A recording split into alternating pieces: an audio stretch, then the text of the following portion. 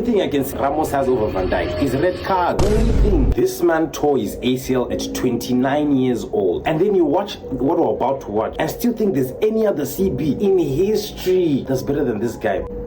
Every aerial duel, he always gets it. Do you still think that's by luck? Do you still think that's by chance? That any ball in the air, Van Dijk always gets his head on it? Are we all watching the same football? Every corner that comes into the box, how is he making interceptions? How is he making interceptions in front of their own 18-yard box? Every corner that, listen, it gets to a point.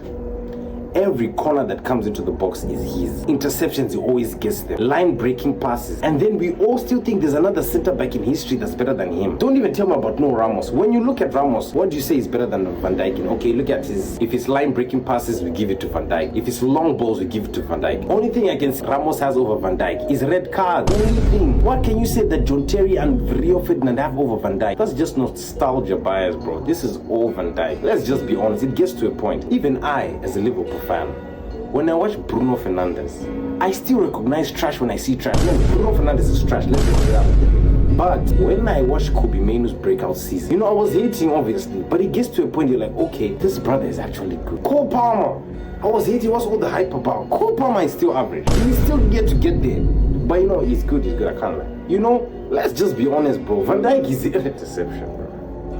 Every time, every air ball he always gets. That was almost an assist. Every air ball is always his. Wins every aerial duel, and it's by chance, bro.